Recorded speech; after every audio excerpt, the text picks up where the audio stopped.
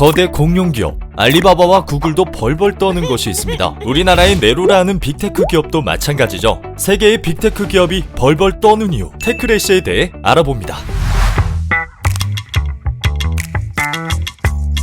2018년 4월 미국에서 이른바 케임브리지 애널리티카 스캔들이 발생했습니다. 페이스북을 통해서 5천만 명의 개인정보가 아무런 동의 절차 없이 정보 분석 회사인 케임브리지 애널리티카로 넘어갔고, 이 정보는 미국 대선에서 무단 활용됐습니다. 미국 시민들은 분노했죠. 페이스북 시가총액은 하루 동안 367억 달러, 약 45조 원이 증발했습니다. 마크 저커버그는 미국과 영국의 청문회에 출석해야 했죠. 페이스북뿐만 아니라 혁신의 상징이었던 애플, 구글, 아마존 같은 빅테크 기업이 나쁜 기업으로 질타를 받고 있습니다. 이런 현상을 우리는 테크래시라 부릅니다. 테크래시란 기술과 반발의 합성어로 빅테크 기업들의 과도한 영향력에 대한 반발작용을 뜻합니다. 한마디로 기업에 부는 역풍을 의미하죠. 기업이 성장을 거듭하면서 시장 지배력이 커졌지만 큰 영향력에 비해 책임은 지지 않기 때문에 반발하는 것이죠. 주거생활 위협, 개인정보 무단 유출, 최근에는 편의점, 슈퍼마켓, 휴대폰 판매점 등 대리점을 통해 수익을 창출하던 분야에 기업이 플랫폼을 이용해 진출하면서 골목상권 위협 문제까지 대두되고 있습니다. 기업이 점차 국민의 기본권을 침해하자 세계 각국은 규제에 나섰습니다. 미국의 조 바이든 대통령은 지난 6월 아마존 저격수 리나 칸 컬럼비아 대학교 교수를 연방거래위원회 위원장에 임명했습니다. 리나 칸은 반독점 법안 패키지를 공동 발의하고 빅테크 기업에 대한 규제를 본격화하고 있습니다. 이유는 디지털 시장법을 도입했습니다. 서비스 이용자에게서 얻은 정보를 무분별하게 사용하거나 특정 서비스를 독점하지 못하도록 하는 내용입니다. 이를 위반할 시 매출의 10%를 벌금으로 내거나 기업의 강제 분할이 가능한데요. 실제로 아마존에게 1조 2천억이라는 과징금을 부과한 것이 대표적입니다. 중국 역시 반독점 규제 개인정보법을 통과시켰습니다. 중국 최대 전자상거래 업체 알리바바에 반독점 위반으로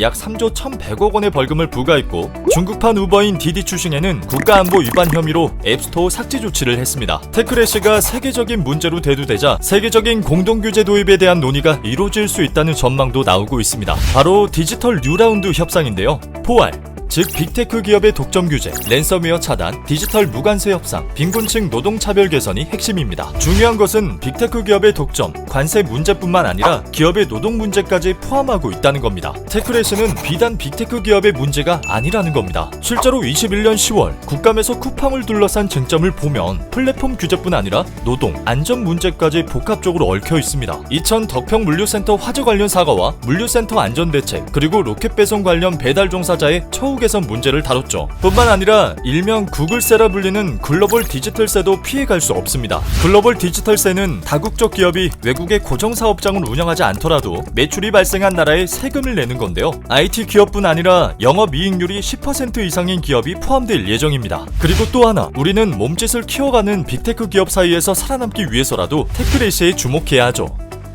테크래시가 전 세계로 그리고 일반 기업으로 확대되고 있습니다. 정치권의 기업 발목 잡기라는 비판도 있지만 중요한 건 기업에 대한 규제를 찬성하는 목소리가 높다는 겁니다. 우리가 먼저 소비자의 목소리에 귀 기울이고 미리 대비한다면 기업에 부는 역풍을 순풍으로 만들 수 있지 않을까요?